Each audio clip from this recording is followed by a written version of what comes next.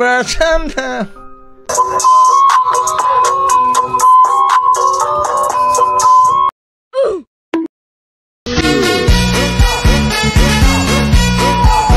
Assalamualaikum warahmatullahi wabarakatuh. Kami dari kelompok 1 akan menjelaskan tentang pahlawan I Gusti Ngurah Rai.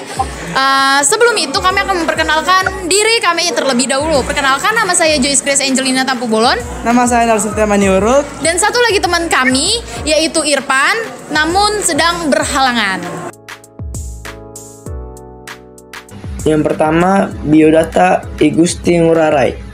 I Gusti Ngurah Rai lahir pada 30 Januari 1917 di Carangsari, Badung, tepatnya di Provinsi Bali. Sejak muda, ia sudah menunjukkan jiwa kepemimpinan dan semangat perjuangan.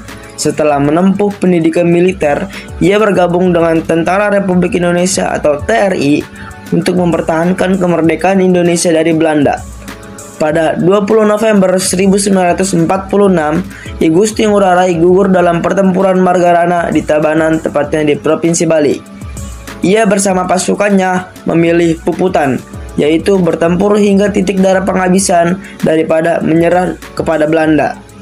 Karena jasanya yang besar dalam mempertahankan kemerdekaan Indonesia, ia dianugerahi gelar Pahlawan Nasional pada 9 Agustus 1975 dan namanya diabadikan sebagai Bandara Internasional Ngurah Rai yang berada di Provinsi Bali.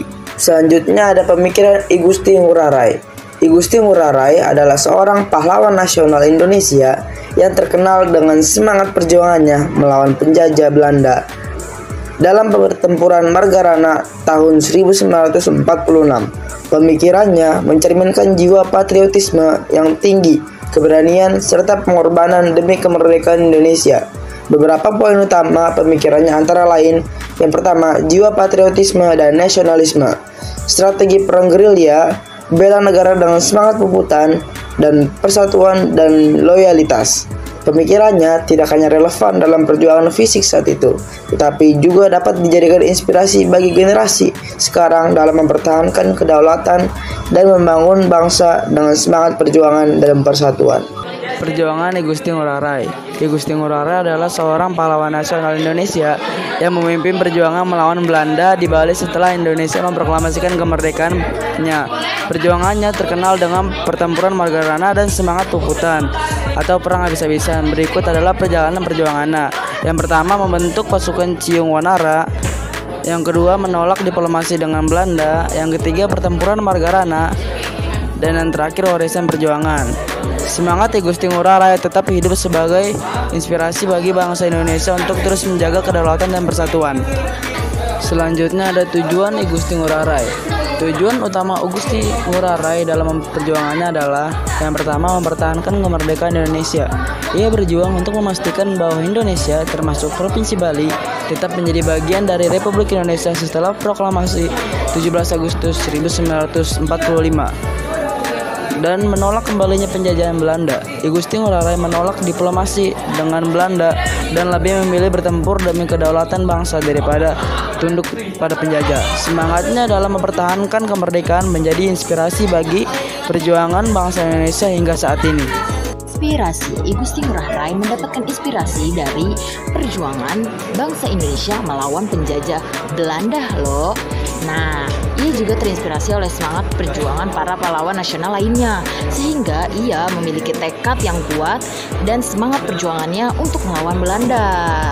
Nah, motivasi I Gusti Ngurah Rai adalah memperjuangkan hak dan kebebasan bangsa Indonesia. Ini bermotivasi untuk anak-anak sekarang juga untuk memperjuangkan hak-haknya dari banyak hal selain penjajahan, karena anak sekarang bukan dijajah oleh Belanda, namun dijajah oleh gadget dan lain sebagainya. Lalu ia juga termotivasi oleh keinginan mempertahankan kesatuan dan keutuhan bangsa Indonesia. Nah, jadi I Gusti Ngurah Rai ini termotivasi nih untuk mempertahankan kesatuan dan keutuhan bangsa Indonesia dan tidak ingin mempecahkan Indonesia. Wow, ini sangat bermotivasi juga ya buat anak-anak zaman sekarang. Pelajaran hidup. Nah, di sini ada keberanian, perjuangan, kesatuan. Nah, keberanian ini adalah pengorbanan dari I Gusti Ngurah Rai. Keberanian, pengorbanan adalah kunci mencapai kemerdekaan dan kesatuan. Sama seperti kita, untuk mencapai cita-cita kita harus memiliki keberanian dan pengorbanan. Jangan takut ya teman-teman, lalu masuk ke perjuangan. Perjuangan melawan penjajah harus dilakukan dengan kesabaran dan keteguhan hati. Nah, ini menjadi pelajaran hidup kita untuk terus teguh dalam menghadapi masalah dengan sabar dan keteguhan hati kita. Lalu selanjutnya kesatuan nih. Kesatuan dan keutuhan bangsa Indonesia harus dipertahankan dengan segala cara. Nah, karena kita itu satu, sehingga kita harus mempertahankan ragam-ragam yang ada di Indonesia, jangan sampai terpecahkan. Nah, sekian ya teman-teman, kita lanjut ke keteladanan. Nah, pertama, ia memperjuangkan kemerdekaan dan kesatuan bangsa Indonesia dengan keberanian dan pengorbanan. Yang kedua, ia memimpin pasukan Ciung Wanara dengan kebijaksanaan dan keteguhan hati. Yang ketiga, ia meninggalkan warisan perjuangan yang tak terlupakan bagi bangsa Indonesia. Nah, di sini ini sangat meneladani kita loh teman-teman, menjadi teladan kita. Karena apa? Karena ia memperjuangkan kemerdekaan dan kesatuan bangsa Indonesia. Lalu ini bisa jadi teladan buat kita untuk tetap memperjuangkan warisan Indonesia. Seperti apa sih teman-teman? Seperti batik, makanan Indonesia, dan terus menggunakan atau melestarikan tarian-tarian di Indonesia. Lalu yang kedua, itu juga kan ada kebijaksanaan dan keteguhan hati. Kita mungkin tidak memimpin pasukan Ciung Warara, tapi kita memimpin untuk masa depan Indonesia jauh lebih baik, karena generasi kita adalah generasi kedepannya untuk memimpin Indonesia. Dengan apa sih teman-teman? Sama seperti I Gusti Ngurah Rai, dengan kebijaksanaan dan keteguhan hati. Lalu yang ketiga itu meninggalkan warisan perjuangan. Nah, kita tidak boleh melupakan warisan perjuangan dari I Gusti Ngurah Rai ya teman-teman. Nah, warisan perjuangannya itu seperti ia rela memperjuangkan Bali untuk tidak dipecah oleh Belanda. Nah, kita terus kenang ya teman-teman, jangan sampai melupakan pahlawan kita, yaitu I Gusti Ngurah Rai. Nah, sekian dari kelompok kami. Terima kasih. Baik, sekian penjelasan dari kami tentang I Gusti Ngurah Rai. Semoga teman-teman dapat mengerti. Sekian, terima kasih.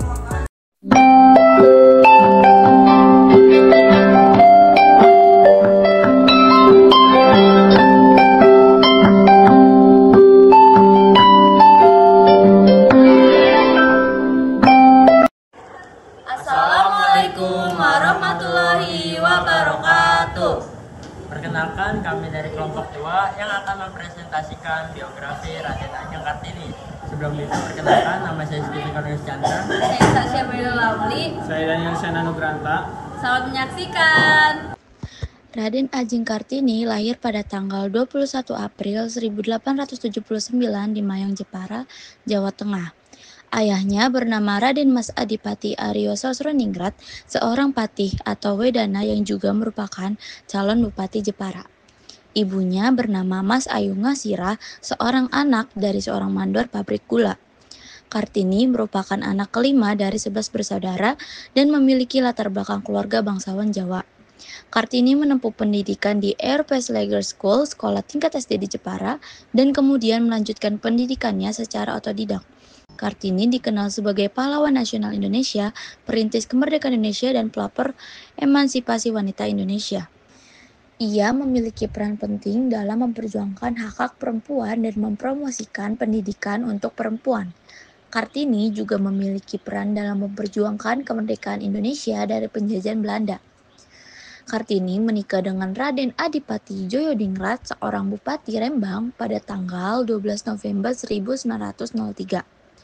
Mereka memiliki seorang putra bernama Soesalid Djojodingrat dan Kartini wafat pada tanggal 17 September 1904. beberapa hari setelah melahirkan putranya karena komplikasi persalinan. Baik, selanjutnya ada pemikiran tentang Raden Ajeng Kartini. Yang pertama ada kesetaraan gender. Kartini mempercayai bahwa perempuan dan laki-laki memiliki hak yang sama dalam bidang pendidikan, pekerjaan, dan kehidupan sosial. Lalu yang kedua, ada juga pendidikan perempuan. Ia menganggap pendidikan sebagai kunci untuk meningkatkan kesadaran dan juga kemampuan perempuan sehingga mereka dapat berpartisipasi secara aktif dalam masyarakat. Lalu yang ketiga, ada pendidikan universal.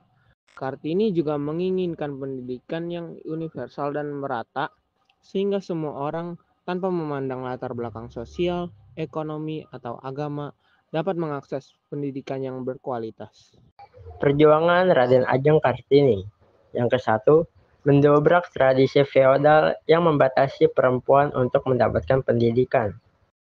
Pada masa itu, perempuan dari kalangan bangsawan Jawa seperti Kartini tidak diperbolehkan bersekolah tinggi dan harus menjalani tradisi pingitan sebelum menikah. Kartini menentang tradisi ini dengan berusaha mencari ilmu secara mandiri melalui membaca buku, surat kabar, dan berdiskusi dengan orang-orang berpendidikan. Ia ingin agar perempuan memiliki kesempatan yang sama dengan laki-laki dalam mengakses pendidikan. Yang kedua, menulis surat-surat kepada teman-temannya di Eropa, terutama Rosa Abendanon, yang kemudian dihimpun dalam buku Habis Gelap Terbitlah Terang. Kartini menjalin korespondensi dengan sahabat-sahabatnya di Belanda, terutama Rosa Abendanon, istri pejabat kolonial Belanda. Dalam surat-suratnya, Kartini mengungkapkan pemikirannya tentang pentingnya pendidikan dan kebebasan bagi perempuan. Surat-surat ini kemudian dikumpulkan dan diterbitkan dalam buku Habis Gelap Terbitlah Terang, yang menginspirasi banyak orang untuk memperjuangkan hak-hak perempuan. Yang ketiga, mendirikan sekolah untuk perempuan di Jepara dan Rembang. Kartini tidak hanya berjuang melalui tulisan, tetapi juga secara nyata dengan mendirikan sekolah bagi perempuan. Sekolah ini bertujuan untuk memberikan pendidikan dasar pada anak-anak perempuan agar mereka bisa mandiri dan tidak hanya bergantung pada laki-laki. Setelah Kartini wafat, perjuangannya diteruskan oleh keluarganya dan didukung oleh Yayasan Kartini yang mendirikan lebih banyak sekolah bagi perempuan. Inspirasi Raden Ajeng Kartini. Yang pertama ada nilai-nilai yang dianut oleh Kartini dalam perjuangannya. Raden Ajeng Kartini memiliki beberapa nilai yang dianut dalam perjuangannya, antara lain adalah kemandirian. Kartini percaya bahwa perempuan harus memiliki kemandirian dalam berpikir, bertindak, dan mengambil keputusan. Lalu ada keberanian. Ia memiliki keberanian untuk mengungkapkan pendapat dan perasaannya meskipun berbeda dengan norma sosial pada saat itu.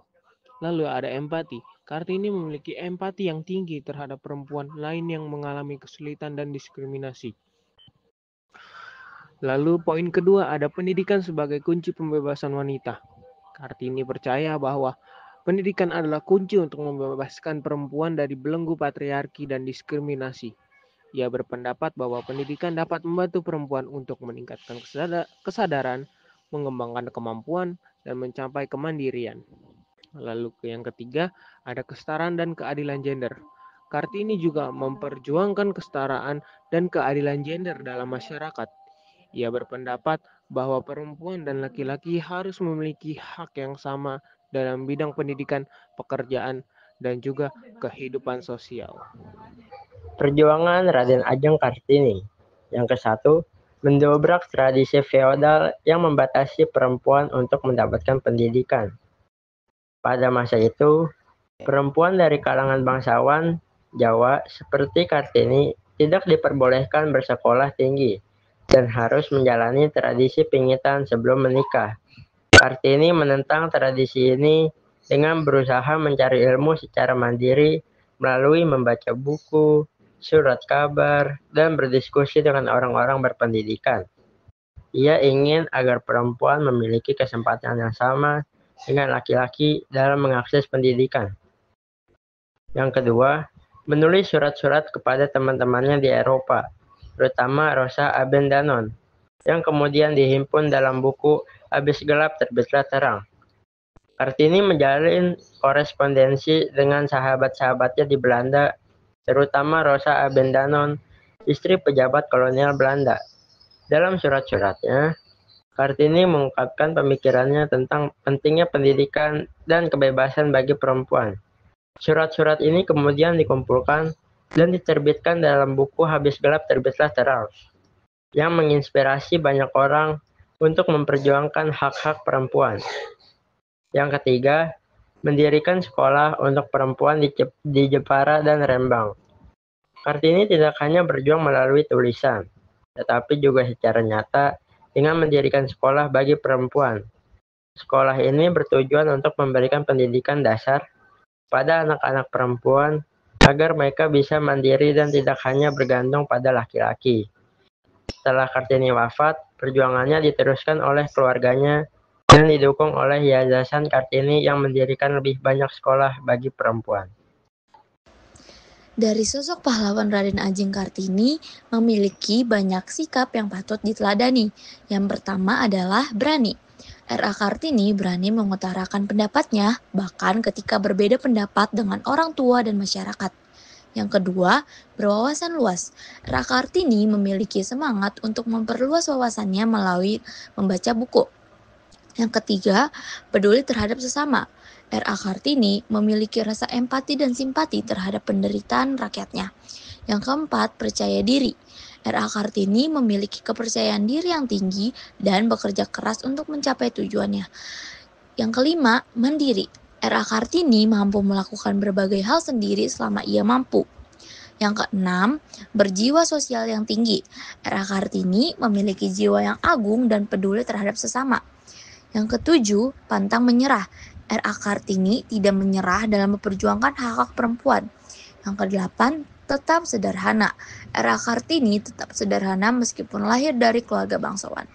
Yang kedelapan dan terakhir adalah optimis. R.A. Kartini memiliki semangat dan optimisme yang besar. Jadi dari sosok pahlawan R.A. Kartini banyak sekali keteladanan yang bisa kami ambil untuk nggak tahu lagi ini di kota aja Daniel. 1, 2, 3. Sekian dari kelompok kami. Mohon maaf jika ada kesalahan. Wassalamualaikum warahmatullahi wabarakatuh. Assalamualaikum warahmatullahi wabarakatuh. Kami dari kelompok 3 Bahasa Indonesia Ki Hajar Dewantara ingin mempresentasikan tentang biografi Ki Hajar Dewantara. Tapi sebelum itu kami akan memperkenalkan diri. Perkenalkan, saya Ratania. Saya Alexander Situmel. Saya Muhammad Rizky Dwi Noviansyah. Selamat menyaksikan. Berikut adalah biodata Ki Hajar Dewantara. Nama lengkap Raden Mas Wiwardi Sudarningrat yang kemudian dikenal sebagai Ki Hajar Dewantara. Lahir di Yogyakarta 2 Mei tahun 1889. Dan dia keturunan bangsawan Jawa, cucu dari Sri Pakualam III. Orang tua bernama Pangeran Soe Janingrat dan Raden Ayu Sandiah, istri Nyi Hajar Dewantara. Dan dia pendidikannya ELS, Sekolah Dasar Belanda di Yogyakarta, Stavia, Sekolah Dr. Bumi Putra di Jakarta, tapi tidak selesai. Belajar sendiri dan mengikuti kursus-kursus pekerjaan, guru, wartawan, politikus, pendiri dan pimpinan Taman Siswa. Peran dalam sejarah, tokoh penggerakan kemerdekaan Indonesia, perintis pendidikan nasional, pemimpin Taman Siswa, lembaga pendidikan yang memperjuangkan hak pendidikan bagi rakyat Indonesia. Penghargaan dari Ki Hajar Dewantara adalah Pahlawan Nasional Indonesia dan Bapak Pendidikan Nasional Indonesia. Karya banyak menulis artikel dan buku tentang pendidikan dan pergerakan nasional. Dan ia meninggal pada 26 April tahun 1959 di Yogyakarta. Pemikiran dan pandangan Ki Hajar Dewantara. Ki Hajar Dewantara percaya bahwa pendidikan adalah kunci untuk membebaskan manusia dari kebodohan dan ketidakadilan. Baginya, pendidikan bukan hanya soal kecerdasan, tetapi juga membentuk karakter yang budi pekerti yang luhur, selaras dengan budaya serta nilai-nilai bangsa. Dengan menciptakan pendidikan yang benar, kita bisa menciptakan generasi yang berdaya bermoral, dan siap membangun masa depan Indonesia yang lebih baik. Selanjutnya adalah perjuangan Ki Hajar Dewantara. Ki Hajar Dewantara memperjuangkan hak-hak pendidikan bagi rakyat Indonesia, terutama untuk golongan pribumi. Ia juga memperjuangkan kemerdekaan Indonesia melalui organisasi politik dan partai politik. Dan Ki Hajar Dewantara juga pernah mendirikan Taman Siswa pada tahun 1912. Selanjutnya, Ki Hajar Dewantara juga pernah bergabung dengan organisasi Budi Utomo pada tahun 1908 dan juga pernah menjadi anggota BPU PKI pada tahun 1945 dan ia juga turut menulis Pancasila. Selanjutnya adalah inspirasi dari Ki Hajar Dewantara. Ki Hajar Dewantara merupakan sosok yang sangat inspiratif dalam sejarah Indonesia. Beliau menunjukkan semangat perjuangan yang kuat dalam memperjuangkan kemerdekaan Indonesia dan memajukan pendidikan bangsa Indonesia. Motivasi Ki Hajar Dewantara yang pertama yaitu di depan memberi teladan yang berarti ketika berada di tengah-tengah masyarakat atau peserta didik, seseorang pemimpin atau pendidik harus mampu membangkitkan semangat dan kreativitas mereka. Lalu selanjutnya yaitu di tengah membangun semangat yang memiliki arti ketika berada di tengah-tengah masyarakat atau peserta didik, seorang pemimpin atau pendidik harus mampu membangkitkan semangat dan kreativitas mereka. Dan yang terakhir, di belakang memberi dorongan yang memiliki arti, seorang pemimpin atau pendidik juga harus memberikan dukungan dan motivasi dari belakang agar orang yang dipimpinnya bisa berkembang dengan baik dan mandiri. Ketiga prinsip inilah yang menjadi dasar dalam dunia pendidikan Indonesia. Dan berikut adalah inovasi cerita dari Ki Hajar Dewantara. Yang pertama adalah menggunakan teknologi virtual reality untuk memperlihatkan kehidupan Ki Hajar Dewantara dan perkembangan Taman Siswa. Dan yang kedua, membuat film animasi yang menceritakan kehidupan Ki Hajar Dewantara dan perjuangannya dalam memajukan pendidikan di Indonesia dan remaja. Dan yang ketiga, mengembangkan aplikasi pendidikan yang berbasis pada prinsip-prinsip pendidikan Ki Hajar Dewantara untuk remaja. Dan yang keempat, membuat permainan edukatif yang menceritakan kehidupan Ki Hajar Dewantara dan perjuangannya dalam memajukan pendidikan di Indonesia. Sekian presentasi dari kelompok kami, kurang lebihnya mohon maaf. Assalamualaikum warahmatullahi wabarakatuh. Assalamualaikum warahmatullahi wabarakatuh. Halo semuanya, kenalkan kami dari kelompok 4. Kita akan menjelaskan tentang biografi Sapardi Djoko Damono. Sebelum kita ke materi, alangkah baiknya kita memperkenalkan kami terlebih dahulu. Silakan semua. Nama saya Gideon Galunia Prasanta. Saya nama Saputra. Saya Jokowi Efrento. Baik, selamat menyaksikan. Biodata dari Sapardi Djoko Damono. Nama lengkapnya ialah Sapardi Djoko Damono. Tempat atau tanggal lahir ada di Surakarta, Jawa Tengah, 20 Maret 1940. Tanggal wafatnya 19 Juli 2020 pada usia 80 tahun. Keluarga Sapardi Djoko Damono berasal dari Solo, Jawa Tengah. Latar belakang keluarga Sapardi Djoko Damono begitu kental dengan budaya Jawa. Ayah Sapardi adalah seorang abdi dalam keraton Keasunan Surakarta. Mengikuti jejak kakeknya, Sapardi bahkan juga sedikit menguasai permainan wayang, karena kakeknya selain menjadi abdi dalam juga bekerja sebagai dalang. Pendidikan formal Sapardi dimulai di Sekolah Rakyat atau SR Keraton Kasatrian di Baluwarti, Solo, kemudian lanjut ke SMP Negeri 2 Solo. Setelah menamatkan pendidikan di SMA 2 Margoyudan, Sapardi merantau untuk menempuh pendidikan di jurusan Sastra Inggris Fakultas Sastra dan Kebudayaan, Universitas Gadjah Mada atau UGM di Yogyakarta. Antara 1970 sampai 1971, ia memperdalam pengetahuannya di bidang humaniora di University of Hawaii, Amerika Serikat pada 1989. Sapardi meraih gelar doktor dalam ilmu susastra dari Universitas Indonesia dengan menulis disertai berjudul Novel Jawa tahun 1950-an, Telaah Fungsi, Isi, dan Struktur. Perjuangan Sapardi Djoko Damono.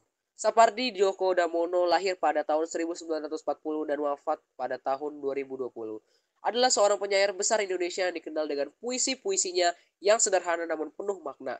Seperti Hujan Bulan Juni, perjalanannya dalam dunia sastra tidaklah mudah, tetapi ia tetap konsisten dalam berkarya. Sejak muda, Sapardi sudah mencintai sastra dan mulai menulis puisi. Meskipun berasal dari keluarga yang tidak berkecimpung dalam dunia sastra, ia terus mengasah kemampuannya dan menempuh pendidikan di Universitas Gadjah Mada. Pada masa Orde Baru, kebebasan berekspektasi terbatas. Namun ia tetap menulis dengan gaya khasnya yang lebih reflektif dan personal, tidak mengikuti tren puisi politik saat itu. Selain menjadi sastrawan, Sapardi juga berjuang sebagai akademisi dan dosen di Universitas Indonesia. Ia juga harus menyeimbangkan profesinya sebagai pendidik dan penyair, sambil terus berkarya serta membimbing generasi muda dalam dunia sastra. Meskipun puisi sering dianggap sebagai salah satu yang eksklusif, ia berusaha mendekatkannya ke masyarakat dengan berbagai cara, termasuk melalui adaptasi dalam lagu, teater, dan film hingga akhir hayatnya. Sapardi tetap menulis meskipun kesehatannya menurun. Perjuangannya menunjukkan bahwa sastra bukan sekedar profesi, tetapi bagian dari hidupnya. Ia membuktikan bahwa kesederhanaan dalam kata-kata bisa menyampaikan makna yang mendalam dan abadi. Sapardi Djoko Damono. Sapardi Djoko Damono menulis dengan tujuan menyampaikan makna kehidupan melalui kata-kata yang sederhana namun mendalam. Ia ingin menunjukkan bahwa puisi tidak harus rumit untuk bisa menyentuh perasaan dan menggugah pemikiran. Selain itu, ia berupaya mendekatkan sastra kepada masyarakat luas agar lebih mudah dipahami dan dinikmati oleh semua kalangan. Sebagai akademisi, ia juga bertujuan mengembangkan apresiasi terhadap sastra Indonesia serta membimbing generasi muda untuk mencintai dan memahami sastra dengan lebih baik. Melalui karya, Sapardi ingin mengabadikan pengalaman perasaan dan refleksi tentang kehidupan, cinta, serta waktu sehingga pembaca dapat menemukan makna yang relevan dengan kehidupan mereka sendiri. Banyak orang yang terinspirasi oleh Sapardi Djoko Damono, baik dari yang pertama itu ada sastra dan penulis muda. Gaya penulisannya yang sederhana namun bermakna mempengaruhi banyak penyair muda. Yang kedua, musisi dan seniman. Karyanya diadaptasi dalam lagu, teater, dan film seperti Hujan Bulan Juni yang dilakukan Ari Reda dan difilmkan. Yang ketiga, mahasiswa dan akademisi. Sebagai dosen UI, ia membimbing banyak calon penulis dan kritikus sastra. Yang keempat, masyarakat umum. Puisinya seperti Aku Ingin dan Hujan Bulan Juni banyak digunakan dalam berbagai acara dan ekspresi perasaan. Moral dan motivasi dari Sapardi Djoko Damono. Sapardi Djoko Damono termotivasi oleh kecintanya pada sastra dan keinginannya untuk mengekspresikan perasaan serta pemikiran dengan cara yang sederhana namun mendalam. Ia membuktikan bahwa puisi tidak harus sulit untuk dipahami, tetapi tetap bisa menyentuh hati banyak orang. Sebagai akademisi, ia juga terdorong untuk mengembangkan dunia sastra Indonesia dan mengekspresikan generasi muda agar mencintai. Pesan moral dari karya-karya Sapardi Djoko Damono.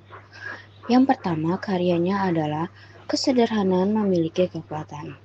Kata-kata yang sederhana bisa memiliki makna yang dalam dan menggerakkan perasaan. Yang kedua adalah kejujuran dalam berkarya.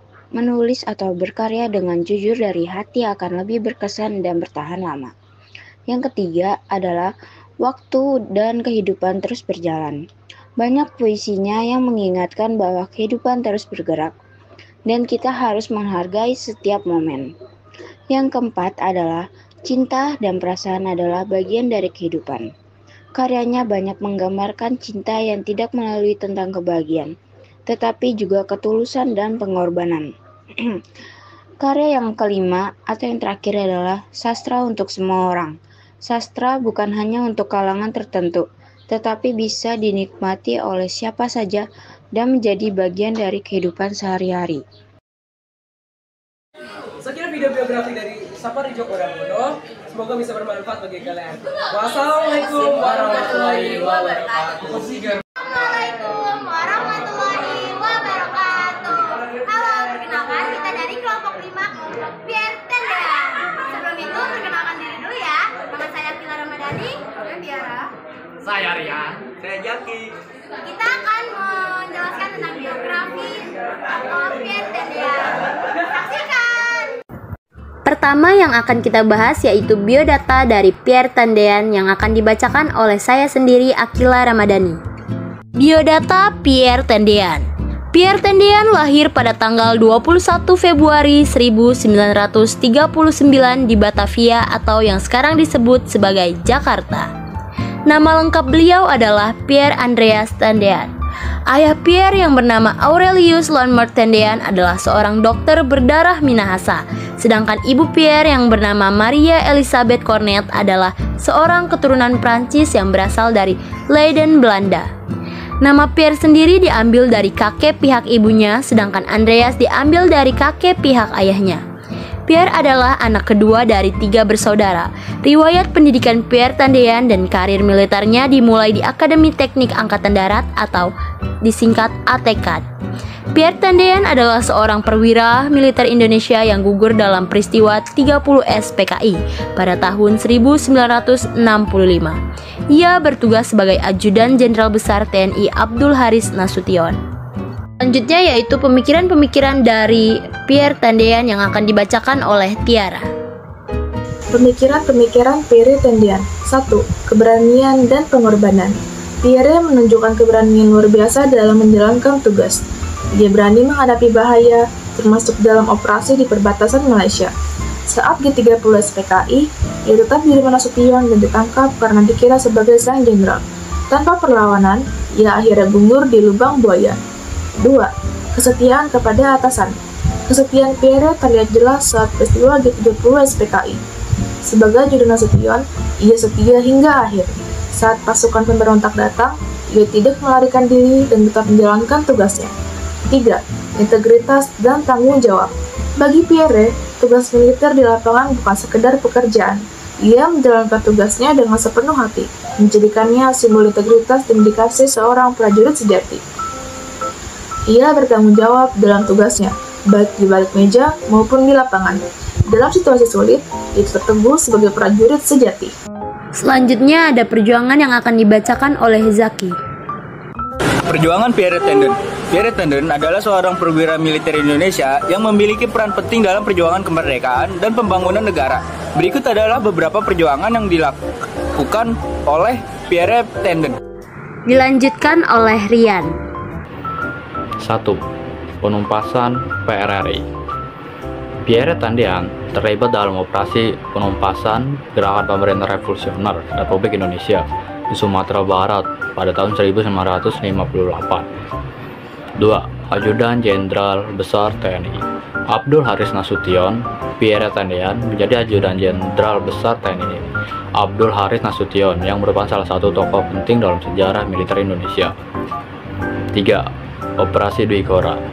Ia juga terlibat dalam operasi Dwi Kora, yaitu operasi militer Indonesia untuk menghadapi Malaysia pada tahun 1963 sampai 1966. Nah, dari pemikiran dan perjuangan-perjuangan Pierre Tendean yang tadi sudah disebutkan, apa aja sih yang bisa kita pelajari? Selanjutnya ada inspirasi. Yang pertama, keteladanan dan kepahlawanan, atau dua konsep yang terkait dengan perilaku dan tindakan individu. Pierre Tendean menunjukkan kepahlawanan yang berani menghadapi bahaya dan kesulitan dalam perjuangan untuk kemerdekaan dan kesatuan bangsa. Yang kedua, ada semangat patriotisme, adalah rasa cinta, kesetiaan, dan kebanggaan terhadap negara dan bangsa sendiri. Yang terakhir atau yang ketiga, keberanian muda adalah sifat berani mengambil resiko, menghadapi tantangan, dan tidak takut akan kesulitan atau kegagalan pada usia muda. Contoh, Pierre Tendean yang berani menghadapi bahaya dalam perjuangannya untuk kemerdekaan dan kesatuan Indonesia. Selanjutnya, inovasi. 1. Keahlian dalam intelijen. Keahlian dalam intelijen menurut saya merujuk pada kemampuan, pengetahuan, dan keterampilan yang diperlukan untuk mengumpulkan, menganalisis, dan menyampaikan informasi yang bernilai strategis bagi pengambilan keputusan. 2. Peran multitalenta. Peran multitalenta itu menurut saya peran yang merujuk pada seseorang yang memiliki berbagai kemampuan atau keahlian di berbagai bidang dan mampu menjalankan berbagai peran dengan baik. 3. Pengorbanan sebagai inspirasi strategi. Pengorbanan sebagai inspirasi strategi itu konsepnya di mana pihak yang terlibat dalam suatu proses baik dalam bisnis, militer, politik, dan bidang lainnya. Selanjutnya ada motivasi dan keteladanan yang akan dibacakan oleh Tiara dan dilanjutkan oleh saya, Akila. Motivasi. 1. Keberanian untuk berkorban. Ia rela menghadapi risiko besar sebagai perwira intelijen, termasuk saat G30 SPKI, di mana ia tetap di rumah Nasution dan akhirnya gugur demi tugasnya. 2. kesetiaan pada tugas. Sebagai Juri Nasution, ia tetap bertahan saat ancaman datang, menjalankan tugasnya dengan penuh dedikasi hingga akhir. 3. Pantang menyerah. Dalam setiap tugasnya, ia selalu teguh, bahkan saat ditangkap, ia tidak gentar atau menyerah, menjadi simbol keberanian dan loyalitas sejati. Selanjutnya, yang keempat ada kejujuran dan integritas. Pierre Tendean dikenal sebagai sosok yang memiliki kejujuran tinggi dan menjaga integritasnya sebagai seorang prajurit dalam berbagai situasi, terutama dalam masa-masa kritis saat terjadi 30 SPKI. Yang kelima, kerendahan hati dan kepedulian. Meskipun dikenal sebagai sosok yang gagah berani, Pierre Tendean memiliki sifat rendah hati dan peduli terhadap sesama. Ia selalu menunjukkan rasa solidaritas terhadap rekan-rekannya dan masyarakat tanpa membedakan latar belakang. Yang terakhir atau yang keenam, tekad dan semangat juang yang tinggi. Salah satu ciri khas Pierre Tendean adalah tekad yang kuat dan semangat juang yang tidak pernah padam. Ia rela mengorbankan nyawanya demi perjuangan negara, bahkan dalam kondisi yang penuh dengan ancaman dan kesulitan. Semangat juang ini tak hanya terlihat dalam perang fisik, tetapi juga dalam keteguhan hatinya mempertahankan nilai-nilai yang diyakininya, yakni kemerdekaan dan kedaulatan Indonesia. Dari kelompok kami, semoga biografi Pierre Tendean menjadi motivasi buat kita semua dan berguna untuk kita semua. Warahmatullahi wabarakatuh. Kami dari kelompok 16 Indonesia. Di sini kita akan mempresentasikan tentang biografi dari Muhammad Hatta. Kemudian perkenalkan nama saya Dora Shiva. Ada satu lagi namanya Melody, cuma hari ini nggak masuk. Selamat menyaksikan.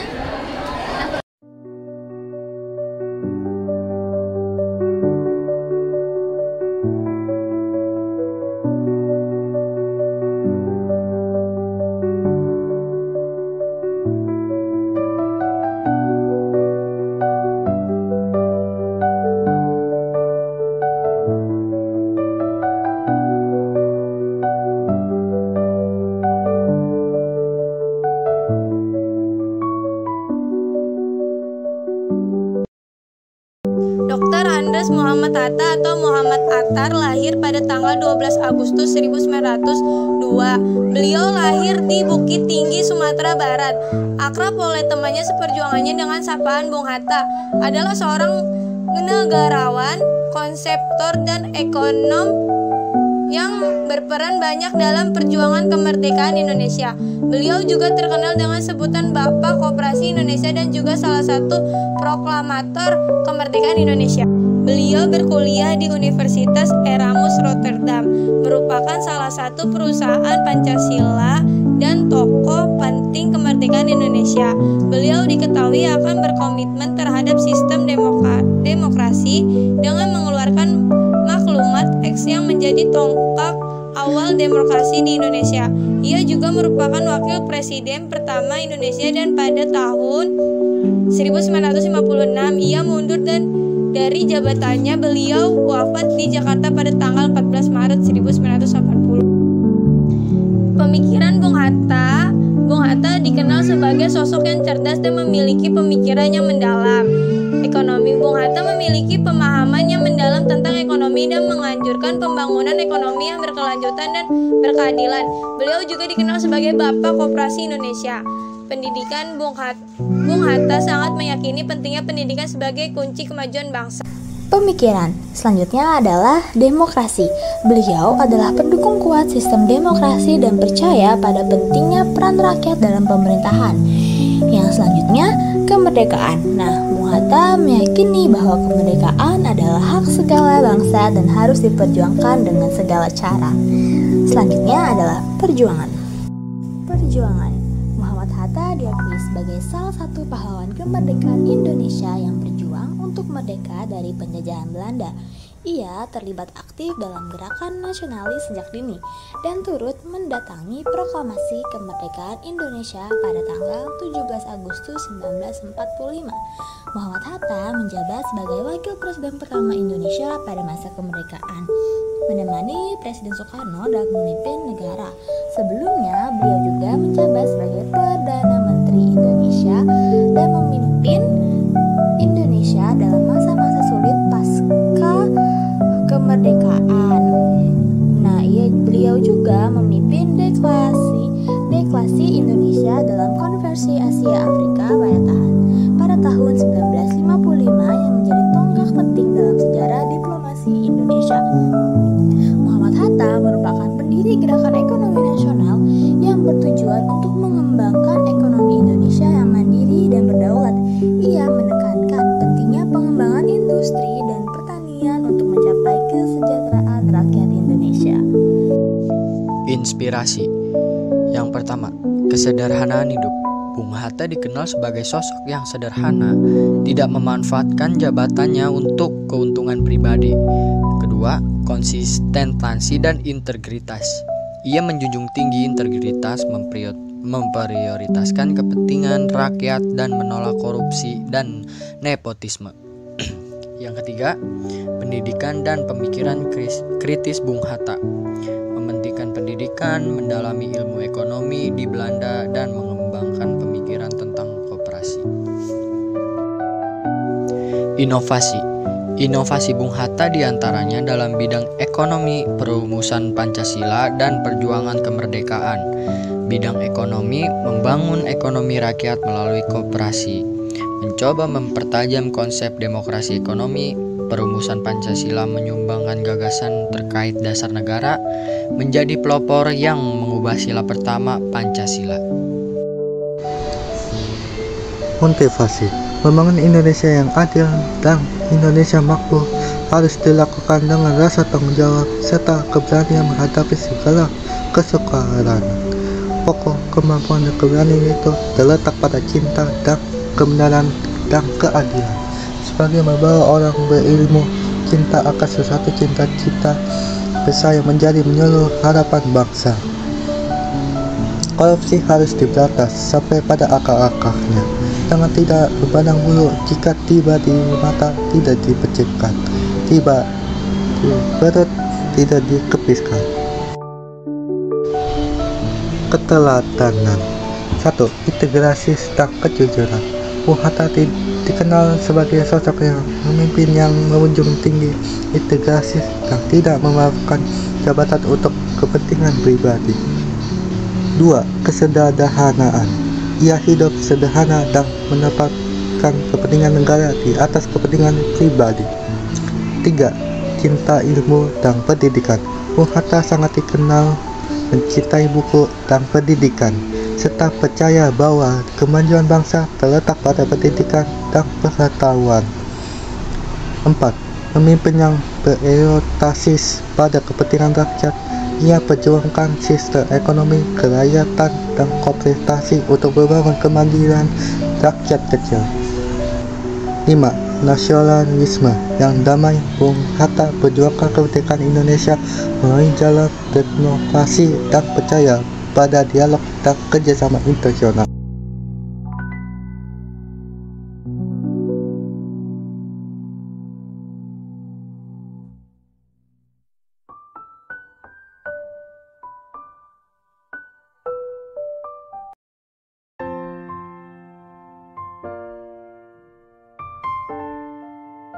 Biodata Affandi Koesoma adalah seorang seniman yang lahir pada 18 Mei 1907 di Cirebon, Jawa Barat. Ia putra dari R. Koesoma, seorang mantri ukur di pabrik gula di Ciledug, Cirebon. Dari segi pendidikan, Affandi adalah orang dengan tingkat pendidikan formal yang cukup tinggi. Ia mengenyam pendidikan His, Mulo, dan kemudian meraih gelar AMS yang hanya diterima segelintir anak di negara bagian tersebut. Lalu Affandi Koesoma juga dikenal sebagai maestro seni lukis Indonesia. Affandi merupakan pelukis Indonesia paling terkenal di dunia internasional berkat gaya ekspresionis dan romantismenya yang khas. Pada tahun 1950-an, dia banyak mengadakan pameran tunggal di India, Inggris, Eropa, dan Amerika Serikat. Affandi tergolong sebagai pelukis yang produktif karena telah melukis lebih dari 2.000 lukisan. Pemikiran. Kesederhanaan cara berpikirnya Affandi terlihat saat suatu kali Affandi merasa bingung sendiri ketika kritis Barat menanyakan konsep dan teori lukisannya. Bagi para kritis Barat, lukisan Affandi dianggap memberikan corak baru aliran ekspresionisme. Bahkan, hingga saat tuanya, Affandi membutakan diri dengan teori-teori. Bahkan, ia dikenal sebagai pelukis yang tidak suka membaca. Baginya, huruf-huruf yang kecil dan renik dianggapnya momok besar. Dan jawaban Affandi setiap kali ditanya kenapa dia melukis. Dengan enteng, Affandi menjawab, "Saya melukis karena saya tidak bisa mengarang. Saya tidak pandai omong. Bahasa yang saya gunakan adalah bahasa lukisan." Bagi Affandi, melukis adalah kerja. Dia melukis seperti orang yang lapar. Sampai pada kesan elitis soal sebutan pelukis, dia hanya ingin disebut sebagai tukang gambar. Perjuangan Affandi yang pertama yaitu menghadapi kesulitan ekonomi. Affandi lahir dalam keluarga sederhana pada tahun 1907 di Cirebon. Ia harus berjuang secara finansial untuk mengejar kecintaannya pada seni. Bahkan sebelum terkenal, ia sering melukis di atas kertas bekas dan karung goni karena tidak mampu membeli kanvas. Yang kedua, tidak mendapat pendidikan seni formal. Meskipun berbakat, Affandi tidak mengenyam pendidikan seni formal. Ia belajar secara otodidak dan terus bereksperimen hingga menemukan teknik khasnya, yaitu melukis langsung dengan tangan tanpa kuas. Yang ketiga, tidak mudah diakui di awal karir. Di awal karirnya, gaya ekspresionisme Affandi tidak langsung diterima oleh masyarakat Indonesia yang lebih akrab dengan gaya realisme, namun ia tetap teguh pada gaya uniknya dan terus berkarya. Keempat, perjuangan mengembangkan seni di Indonesia. Affandi berperan dalam memperkenalkan seni rupa modern di Indonesia. Ia aktif dalam kelompok seni seperti Gabungan Pelukis Indonesia dan Sanggar Pelukis Rakyat yang mampu memajukan seni di Indonesia. Yang kelima, menembus pengakuan internasional. Untuk memperkenalkan seni Indonesia ke dunia, Affandi sering berkeliling ke berbagai negara seperti India, Eropa, dan Amerika. Melalui perjuangannya, ia mendapat pengakuan internasional dan bahkan menggelar pameran di berbagai belahan dunia. Yang keenam, berkarya hingga akhir hayat. Meskipun mengalami berbagai rintangan dalam hidupnya, Affandi tetap melukis hingga usia tua. Ia tidak pernah berhenti berkarya dan terus menginspirasi generasi muda hingga wafat pada tahun 1990. Oke, selanjutnya inspirasi. Yang pertama, ketekunan dalam berkarya. Meskipun menghadapi banyak tantangan, baik dalam kehidupan pribadi maupun profesinya, Affandi terus berkarya tanpa henti. Lalu yang kedua, kreativitas tanpa batas. Affandi memiliki pendekatan yang sangat bebas terhadap seni. Salah satu adalah dengan menggunakan tangannya langsung untuk melukis tanpa kuas. Lalu yang ketiga, kebebasan berekspresi. Salah satu prinsip yang dipegang oleh Affandi adalah kebebasan untuk mengekspresikan diri melalui seni. Setelah itu, inovasi. Yang pertama, eksperimen dengan gaya lukisan. Affandi dikenal dengan gaya ekspresionisme dan penggunaan teknik melukis yang unik, di mana kita bisa mengembangkan inovasi sendiri, inovasi seni dengan mencoba teknik serupa atau menciptakan teknik baru yang lebih personal dan emosional. Dan yang kedua, menciptakan seni digital. Di era globalisasi ini, ada banyak media yang dapat membuat kita melukis dengan digital menggunakan tablet ataupun serupa itu. Atau juga memadukan media tradisional dan digital dalam karya seni, seperti membuat lukisan digital dengan sentuhan yang ekspresif. Keteladanan, dedikasi, dan konsistensi. Affandi sangat berdedikasi terhadap seni. Sejak muda hingga akhir hayatnya, ia terus melukis dan mengembangkan gayanya sendiri meskipun awalnya mengalami kesulitan ekonomi. Kreativitas dan keunikan. Ia tidak mengikuti aliran yang sudah ada, tetapi menciptakan gaya ekspresionisme khasnya sendiri dengan cara melukis langsung menggunakan tangan tanpa sketsa. Kesederhanaan dan kerendahan hati. Meskipun terkenal di dunia internasional, Affandi tetap hidup sederhana. Ia lebih mengutamakan seni daripada kekayaan atau keistimewaan. Cinta tanah air. Banyaknya karya menggambarkan kehidupan rakyat Indonesia, menunjukkan kecintaannya pada negeri dan keinginannya untuk merekam realitas sosial melalui seni. Ketekunan dan kerja keras. Afandi tidak mudah menyerah meskipun mengalami berbagai tantangan dalam hidupnya. Ia terus berkarya hingga akhir tua, ketekunan dan kerja keras. Afandi tidak mudah menyerah meskipun mengalami berbagai tantangan dalam hidupnya. Ia terus berkarya hingga tua, lanjut dan mewariskan semangat berkesenian pada generasi berikutnya.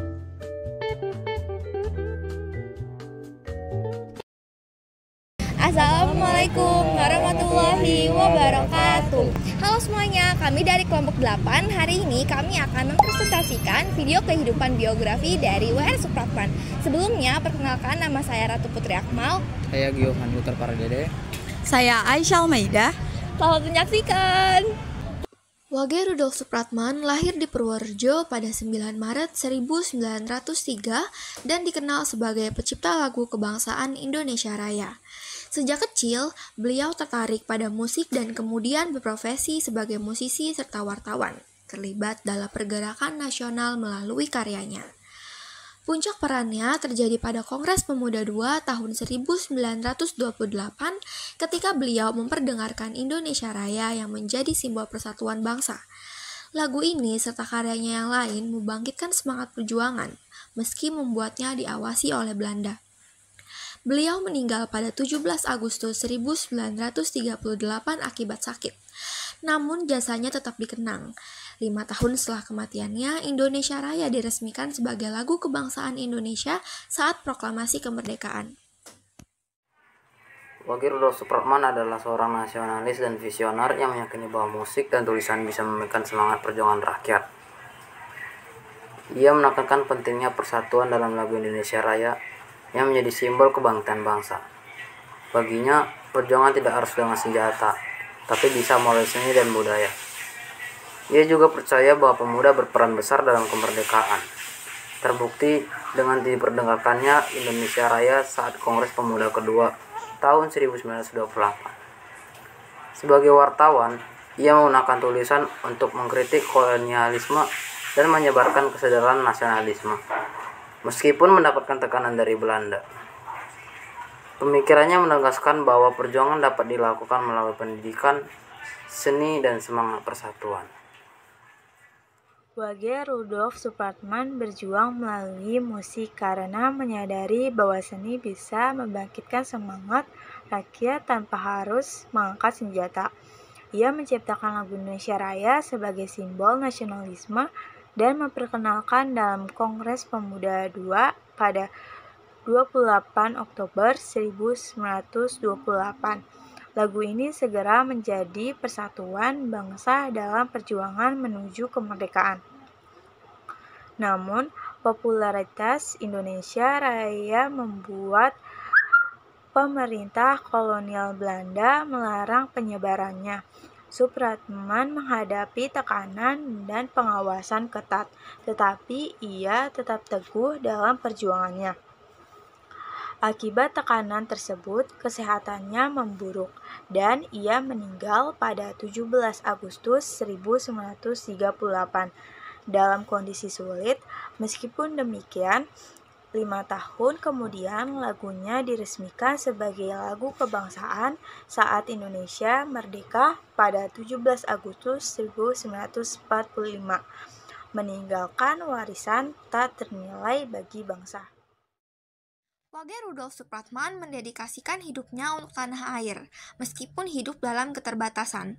Ia berjuang melalui musik dan jurnalistik untuk membangkitkan semangat kemerdekaan. Di tengah risiko besar pada masa penjajahan, ia tetap berani memperkenalkan lagu Indonesia Raya dalam Kongres Pemuda II tahun 1928.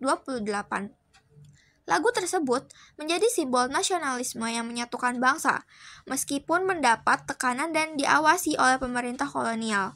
Beliau tidak menyerah dan terus berkarya demi kemerdekaan Indonesia. Hingga akhir hayatnya, ia tetap teguh pada cita-cita perjuangan, meninggalkan Indonesia Raya sebagai warisan berharga yang terus menginspirasi bangsa hingga kini. Wage Rudolf Supratman menggunakan musik sebagai senjata perjuangan untuk membangkitkan semangat rakyat Indonesia dalam melawan penjajahan. Meskipun ia tidak bisa mengangkatkan senjata. Melalui ciptaannya, ia menciptakan lagu Indonesia Raya yang bertujuan untuk menyatukan bangsa dan membakar semangat nasionalisme. Lagu ini pertama kali diperkenalkan di Kongres Pemuda kedua pada 28 Oktober 1928 bersamaan dengan Sumpah Pemuda. Setelah lagu tersebut mulai dikenal, pemerintah kolonial Belanda melarang penyebaran karena dianggap menghasut. Namun Supratman tetap teguh berjuang meskipun berada di bawah pengawasan ketat. Pada akhirnya, meski dalam kondisi kesehatan yang buruk, Supratman meninggal pada 17 Agustus 1938. Namun perjuangannya tidak sia-sia, karena 5 tahun setelah kematiannya, Indonesia Raya resmi menjadi lagu kebangsaan Indonesia pada proklamasi kemerdekaan 17 Agustus 1945. Rudolf Supratman adalah sosok inspiratif yang mengajarkan banyak nilai kehidupan. Semangat nasionalismenya mengajarkan kita untuk mencintai tanah air dan berkontribusi bagi bangsa dalam berbagai bidang. Dia juga menunjukkan bahwa kreativitas bisa menjadi alat perjuangan, seperti saat ia memanfaatkan musik untuk membangkitkan semangat rakyat meski dalam keterbatasan. Dedikasinya yang tanpa pamrih menjadi contoh bahwa perjuangan sejati dilakukan tanpa mengharapkan keuntungan pribadi. Selain itu, Supratman membuktikan bahwa seni memiliki peran penting dalam menyatukan masyarakat dan membangkitkan semangat perjuangan. Ia juga berani menyuarakan ide-ide kemerdekaan meskipun penuh resiko. Mengajarkan kita untuk tidak takut dalam memperjuangkan kebenaran. Tak kalah penting, integritas dan kejujurannya dalam berkarya menunjukkan bahwa ketulusan lebih berharga daripada kesadaran keuntungan pribadi. Dari keteladanan ini, kita dapat belajar untuk menjadi pribadi yang lebih bermanfaat bagi masyarakat dan bangsa. Terima kasih teman-teman karena sudah menyaksikan video kami. Semoga bermanfaat. Wassalamualaikum warahmatullahi wabarakatuh. Assalamualaikum warahmatullahi wabarakatuh. Shalom, Om Swastiastu, Namo Buddhaya, selalu bagikan dan salam sejahtera bagi kita semua. Halo semuanya, perkenalkan kami dari kelompok 9. Di sini kami ingin menampilkan video biografi Soekarno. Sebelum itu, izinkan kami untuk memperkenalkan diri kami masing-masing. Dimulai dari saya Intania Badrul Halim, nomor absen 13. Saya Ahmad Ramsyah, nomor absen 1. Saya Devina Febrianti, absen 9. Oke, selamat menyaksikan. Bapak Insinyur Soekarno atau yang lebih akrab dipanggil Bung Karno adalah tokoh utama di balik berdirinya Republik Indonesia. Lahir di Surabaya pada tanggal 6 Juni 1901. Ia diberi nama kecil Kusno oleh orang tuanya, yaitu Raden Sukesmi Sosrodihardjo dan juga Ida Ayu Nyomanrai. Namun, karena sering sakit, namanya diganti menjadi Soekarno sebagai doa agar ia tumbuh sehat dan kuat. Sejak muda, Soekarno dikenal sebagai anak yang cerdas. Ia mengawali pendidikannya di Honlands English School di Surabaya. Lalu, ia melanjutkan ke Huger Burgers School. Setelah itu, dia juga melanjutkan pendidikan formalnya ke Teknis Huger School di Bandung. Tepat, ia meraih gelar insinyur teknik sipil. Di Bandung, pemikiran nasionalisme Soekarno semakin matang, sekaligus menjadi tempat di mana ia mulai aktif memperjuangkan kemerdekaan Indonesia. Di balik sejarah kehidupannya, Soekarno juga dikenal sebagai seorang pria dengan kehidupan pribadi yang unik. Ia menikahi 7 wanita sepanjang hidupnya. Yang pertama ada Ibu Fatmawati, yang kedua Ibu Hartini, yang ketiga Ibu Ratnasari Dewi, yang keempat Ibu Kartini Manopo, yang kelima Ibu Haryati, yang keenam Ibu Yuri Kesangger, dan yang terakhir ada Ibu Haldi Jafar. Dari pernikahan-pernikahan ini, Soekarno dikaruniai anak-anak yang berbakat seperti Guntur, Megawati, Rahmawati, Sukmawati, dan Guru yang berasal dari Ibu Fatmawati. Selanjutnya ada Taufan dan Bayu dari Ibu Hartini serta Kartika dari Ibu Ratnasari Dewi. Setelah mengabadikan hidupnya untuk bangsa, Soekarno meninggal dunia di Jakarta pada tanggal 21 Juni tahun 1970. Ia dimakamkan di Blitar, Jawa Timur, di sebuah tempat yang kini menjadi lokasi ziarah dan penghormatan bagi rakyat Indonesia. Bung Karno tidak hanya meninggalkan jejak sebagai seorang proklamator, tapi juga sebagai pemimpin yang membawa Indonesia menuju panggung dunia. Pemikiran nasionalisme dan persatuan adalah landasan utama dalam perjuangan Soekarno dari awal kemunculannya dalam kancah politik sampai pada puncak karirnya. Pemikiran Soekarno dalam perumusan Pancasila lahir dari pidatonya tanggal 14 Juni 1945. Pemikiran tersebut terdapat 5 poin atau 5 prinsip, yakni nasionalisme, nasionalisme, mufakat, kesejahteraan sosial, dan ketuhanan yang Maha Esa. Karir politiknya dimulai saat ia mendirikan Partai Nasional Indonesia pada tahun 1927. Soekarno menjadi figur sentral perjuangan bangsa terutama karena ide-idenya yang brilian dan juga kemampuannya. Bapak Insinyur Soekarno dikenal sebagai salah satu tokoh yang paling berpengaruh dalam sejarah Indonesia. Adalah seorang pemimpin visioner yang tak kenal lelah untuk memperjuangkan kemerdekaan bangsa. Salah satu kontribusi terbesarnya adalah merumuskan dasar negara Indonesia, yaitu Pancasila, yang menjadi fondasi ideologi bangsa hingga saat ini. Selain itu, Soekarno juga memegang peran penting dalam penyusunan teks proklamasi kemerdekaan Indonesia bersama Muhammad Hatta. Momen bersejarah ini menjadi tonggak awal berdirinya Indonesia sebagai negara yang merdeka. Tak hanya berhenti di situ, Soekarno menunjukkan jiwa kepemimpinannya dengan mendirikan Partai Nasional Indonesia atau PNI pada tahun 1927 yang bertujuan memperjuangkan kemerdekaan Indonesia melalui jalur politik. PNI menjadi salah satu kendaraan penting dalam menyatukan semangat rakyat untuk melawan penjajahan. Kepemimpinan Soekarno juga terlihat dalam pembentukan kelompok 4 serangkai bersama Muhammad Hatta, Ki Hajar Dewantara, dan juga Kiai Haji Mas Mansur. Kelompok ini memainkan peran strategis dalam memperjuangkan aspirasi rakyat di tengah tekanan penjajahan Jepang untuk membuktikan bahwa semangat perjuangan selalu hidup di hati mereka. Inspirasi. Soekarno percaya bahwa kemerdekaan adalah hak setiap bangsa dengan jiwa patriotisme yang tinggi.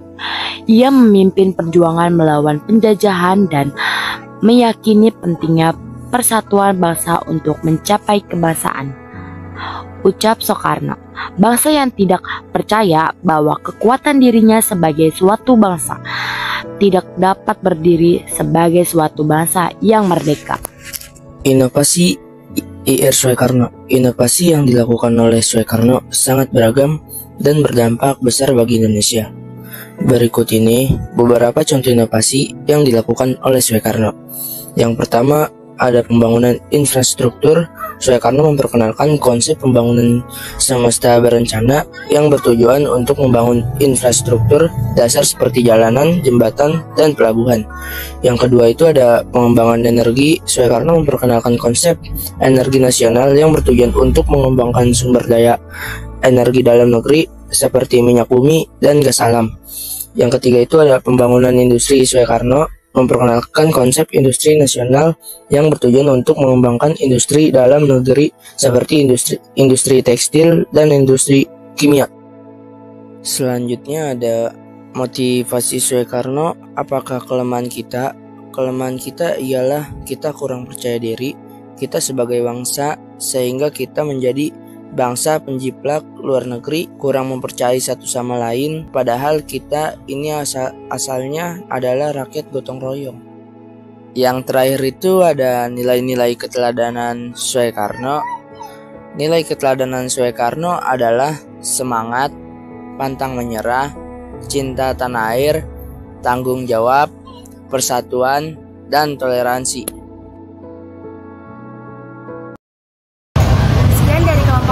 Wassalamualaikum warahmatullahi wabarakatuh.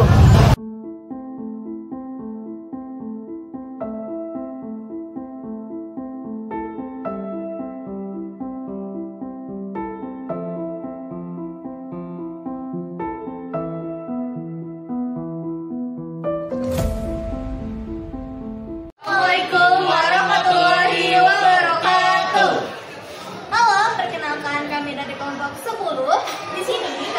akan menunjukkan biografi kami yang berjudul Cut Nyadin.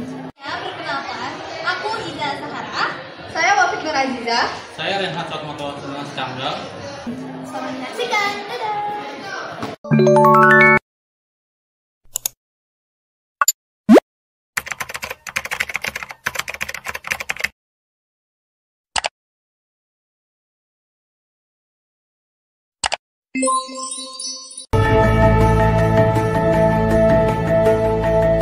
Cut Nyadin lahir pada tanggal 12 Mei tahun 1848 di Aceh Besar. Ia adalah putri dari Teuku Nantas Seutia dan Putri Ule Balang. Cut Nyadin dikenal sebagai pahlawan wanita yang berperang melawan penjajahan Belanda di Aceh. Pada tahun 1880, ia menikah dengan Teuku Umar, seorang pemimpin perlawanan Aceh. Setelah suaminya gugur pada tahun 1899, Cut Nyadin terus melanjutkan perjuangannya hingga ditangkap oleh Belanda pada tahun 1905. Ia juga sempat menikah dengan Teuku Ibrahim Lamnga di tahun 1862 sampai 1878 sebelumnya, dan juga memiliki seorang anak perempuan bernama Cut Gambang. Setelah diasingkan ke Sumedang, ia meninggal pada tanggal 6 November 1908 dan dimakamkan di sana. Nah, selanjutnya kita beralih ke pemikiran Cut Nyadin. Ada beberapa pemikiran Cut Nyadin. Di sini saya akan membahas 3. Yang pertama ada semangat perjuangan yang tak pernah padam. Nah, di sini Cut Nyadin berjuang hingga akhir hidupnya tanpa mengenal lelah. Meskipun mengalami banyak penderitaan, baik secara fisik maupun emosional, dia tertangguh di jalan perjuangan melawan penjajahan. Nah, pemikirannya menunjukkan bahwa kebebasan adalah sesuatu yang sangat berharga dan untuk itu dia rela mengorbankan apa saja. Selanjutnya, yang kedua ada perjuangan tak mengenal gender. Nah, sebagai seorang wanita, Cut Nyadin menunjukkan bahwa peran perempuan dalam perjuangan kemerdekaan tak kalah pentingnya. Beliau memimpin pasukan dan berperang bersama para pejuang laki-laki Aceh. Pemikiran ini menggambarkan bahwa perjuangan untuk kemerdekaan adalah tanggung jawab bersama tanpa memandang gender. Selanjutnya ada yang ketiga, itu keteguhan dan pengorbanan. Nah, hal ini menunjukkan bahwa pemikiran beliau mengedepankan pengorbanan demi cita-cita yang lebih besar. Selanjutnya yaitu perjuangan Cut Nyadin. Perjuangan Cut Nyadin yang pertama yaitu setelah suaminya meninggal, ia mengambil alih peran suaminya untuk memimpin perlawanan melawan Belanda di daerah pedalaman Malabo bersama pasukan-pasukan kecilnya dan mencoba untuk melupakan suaminya. Yang kedua yaitu ia sangat setia untuk mendampingi suaminya yaitu Teuku Umar untuk menjelajahi hutan dan berpindah-pindah tempat untuk melawan Belanda. Yang ketiga, yaitu ia berusaha untuk merebut kembali kampung halamannya dari kolonial Belanda. Yang keempat, yaitu ia berusaha menyadarkan rakyat Aceh bahwa penjajahan Belanda itu sangat keji dan mencemari kedaulatan bangsa Aceh. Lalu yang kelima yaitu ia bergerilya atau perang secara sembunyi-sembunyi selama 20 tahun bersama suaminya yaitu Teuku Umar. Yang keenam yaitu ia mengubarkan semangat juangnya kepada rakyat-rakyat Aceh. Lalu yang ketujuh yaitu ia menguatkan barisan-barisan para pejuang Aceh untuk mengusir Belanda dari kawasan Aceh.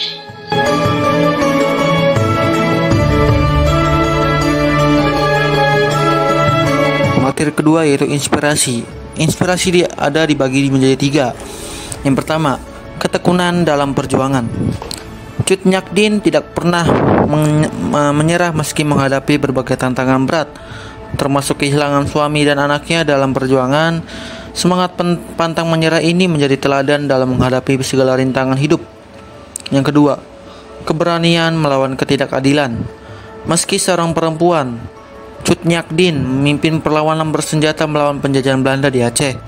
Ini menunjukkan bahwa keberanian tidak mengenal gender dan setiap individu dapat berkontribusi melawan ketidakadilan. Yang ketiga, kepemimpinan yang kuat. Cut Nyak Dien adalah pemimpin yang dihormati dan dicintai oleh rakyat Aceh. Ia mampu memotivasi para pejuang dan memimpin strategi perang dengan bijaksana. Kepemimpinannya menunjukkan pentingnya integritas dan kecerdasan dalam memimpin. Nah, selanjutnya kita ada inovasi dari Cut Nyak Dien. Nah, inovasi Cut Nyak Dien ini adalah kombinasi dari strategi militer cerdas, pemberdayaan perempuan, keteguhan dalam kepemimpinan, dan kemampuan beradaptasi dengan kondisi yang ada, yang menjadikan salah satu pahlawan besar dalam sejarah Indonesia. Nah, dari yang tadi ada 4 inovasi yang aku udah siapin yang tadi barusan disebutin. Yang pertama itu ada strategi perang gerilya. Cut Nyak Dien mengadaptasi strategi perang gerilya menggunakan medan pegunungan dan hutan Aceh untuk menyerang pasukan Belanda secara mendadak. Ini adalah inovasi dalam cara berperang mengandalkan kelincahan dan pengetahuan medan daripada kekuatan fisik besar. Yang kedua, ada memperdayaan perempuan dalam perjuangan. Sebagai wanita, Cut Nyak Dien memimpin pasukan dan berperang di garis depan. Sebuah langkah inovasi yang menunjukkan bahwa perempuan juga memiliki peran vital dalam perjuangan kemerdekaan yang biasanya dinominasi oleh laki-laki. Yang ketiga, ada ketahanan mental dan kepimpinan. Setelah suaminya Teuku Umar gugur, Cut Nyak Dien tetap melanjutkan perjuangan tanpa kehilangan semangat. Kepimpinan dan keteguhan mentalnya menjadi inspirasi bagi pasukannya, menjaga semangat juang meski menghadapi kekalahan atau pengorbanan besar. Yang terakhir, keempat, itu ada adaptasi terhadap perubahan. Setelah kehilangan suami, beliau beradaptasi dengan situasi baru yang mengubah taktik perlawanan, membuktikan kemampuan untuk berinovasi sesuai dengan perubahan kondisi perang yang semakin sulit. Lalu yang terakhir yaitu motivasi Cut Nyak Dien. Yang pertama yaitu semangat juang yang tinggi. Cut Nyak Dien adalah contoh perempuan yang memiliki semangat juang yang tinggi untuk melawan penjajah. Ia tidak pernah menyerah meskipun menghadapi berbagai kesulitan dan tantangan.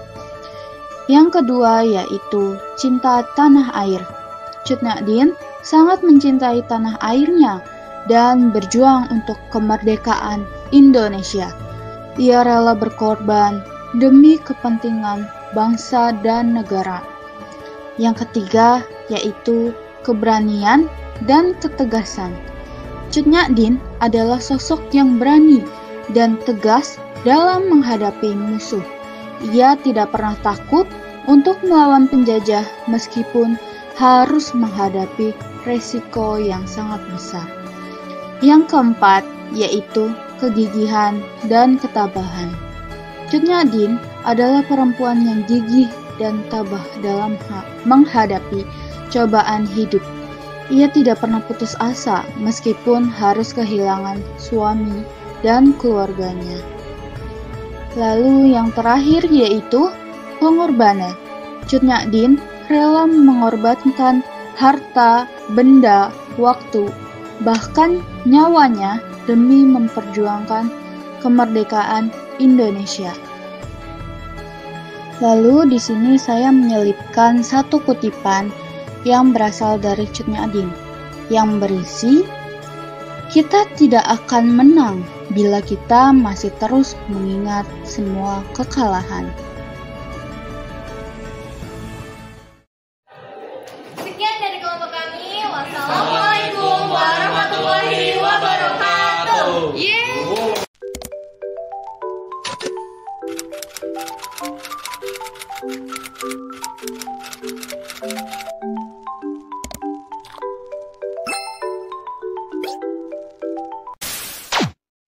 Assalamualaikum warahmatullahi wabarakatuh.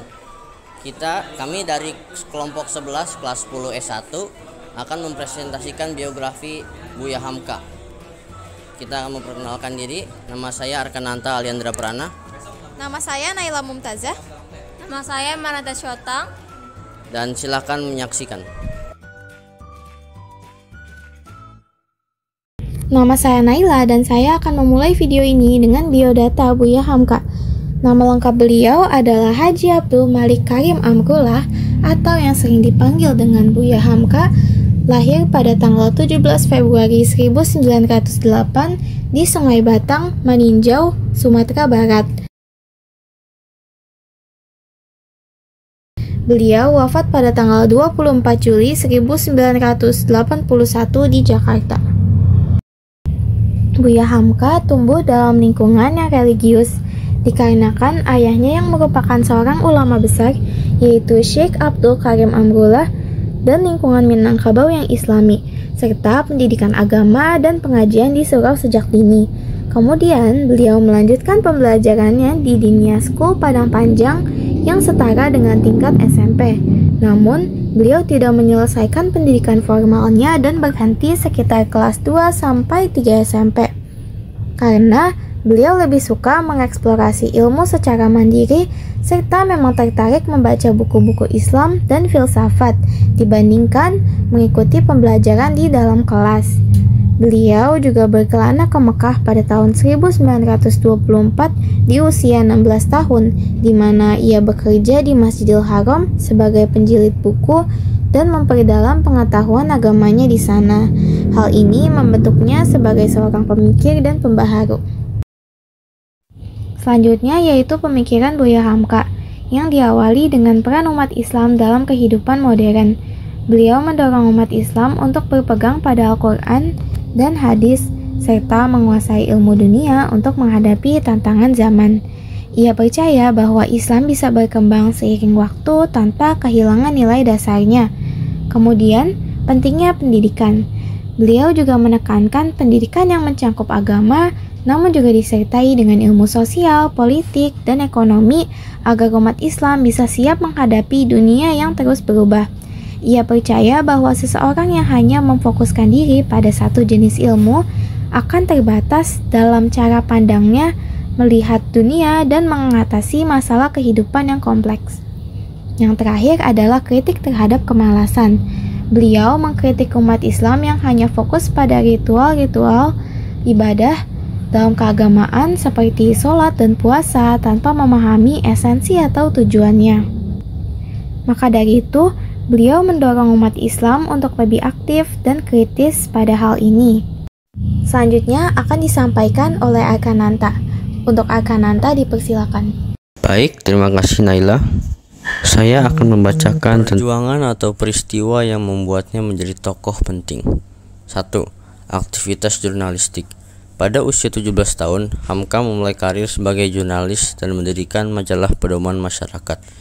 Ia menggunakan media ini untuk menyebarkan pandangan pembaharuan Islam dan mengkritik penjajahan Belanda. Kedua, penulis produktif. Hamka menulis banyak karya besar seperti Tenggelamnya Kapal Van der Wijk dan Di Bawah Lindungan Ka'bah yang menyampaikan pesan moral Islami melalui cerita. Karya-karya ini menjadikannya salah satu sastrawan paling berpengaruh di Indonesia. 3. Tafsir Al-Azhar. Tafsir monumental ini ia tulis saat dipenjara oleh rezim Soekarno atas tuduhan tidak berdasar. Karya ini menunjukkan keteguhannya dalam menghadapi tekanan politik dan dedikasinya untuk umat. 4. Kiprah politik dan dakwah. Sebagai Ketua Majelis Ulama Indonesia atau MUI, pertama, Hamka berperan besar dalam membangun jembatan antara Islam dan negara. Ia juga sering berdakwah melalui ceramah, buku, dan siaran radio. Tenggelamnya Kapal Van der Wijk bercerita tentang kisah cinta tragis antara Zainuddin dan Hayati yang terhalang oleh perbedaan sosial dan status keluarga. Buku ini mengajarkan tentang kesetiaan, perjuangan, dan pengorbanan dalam cinta. Di dalam Lindungan Ka'bah menceritakan tentang cinta antara Zamzam dan Zainab yang menghadapi perbedaan agama dan budaya. Buku ini mengajarkan keteguhan iman, cinta yang tulus, dan keberanian untuk menghadapi tantangan hidup menjangkau masyarakat luas. Selanjutnya akan dibacakan oleh Emma. Terima kasih Arkan karena sudah memberikan saya kesempatan untuk menjelaskan. Motivasi, ketika difitnah dan dipenjara selama 2 tahun, Hamka tidak larut dalam kesedihan. Sebaliknya, ia justru menyelesaikan tafsir Al-Hajjah di dalam sel, menunjukkan bahwa seberat apapun cobaan hidup, seseorang tetap bisa berkarya dan memberi manfaat bagi orang lain. Keteladanan. Salah satu sikap Hamka yang paling dihormati adalah kebesaran hatinya. Setelah dibebaskan dari penjara, ia tidak menyimpan dendam kepada orang-orang yang menzoliminya. Ia mengajarkan bahwa menjadi orang hebat bukan hanya soal kepintaran, tetapi juga soal keikhlasan dan kesabaran. Inspirasi yang bisa kita dapat dari tokoh Buya Hamka. Buya Hamka membuktikan bahwa pendidikan otodidak bisa menghasilkan karya besar dan memberi dampak luas. Keteguhannya menulis tafsir Al-Quran meski dalam penjara adalah simbol perjuangan tanpa henti. Selain inspirasi, inovasi, Hamka membuat tafsir Al-Hazar, tafsir Al-Qurannya lebih mudah dipahami oleh masyarakat Indonesia. Ia juga memperkenalkan pemikiran Islam yang lebih terbuka dan sesuai dengan perkembangan zaman, tanpa menghilangkan nilai-nilai dasarnya. Selain itu, ia menghasilkan karya sastra yang terkenal seperti Tenggelamnya Kapal Van der Wijk dan Di Bawah Lindungan Ka'bah. Sekian video dari kelompok kami, semoga bermanfaat. Wassalamualaikum warahmatullahi wabarakatuh.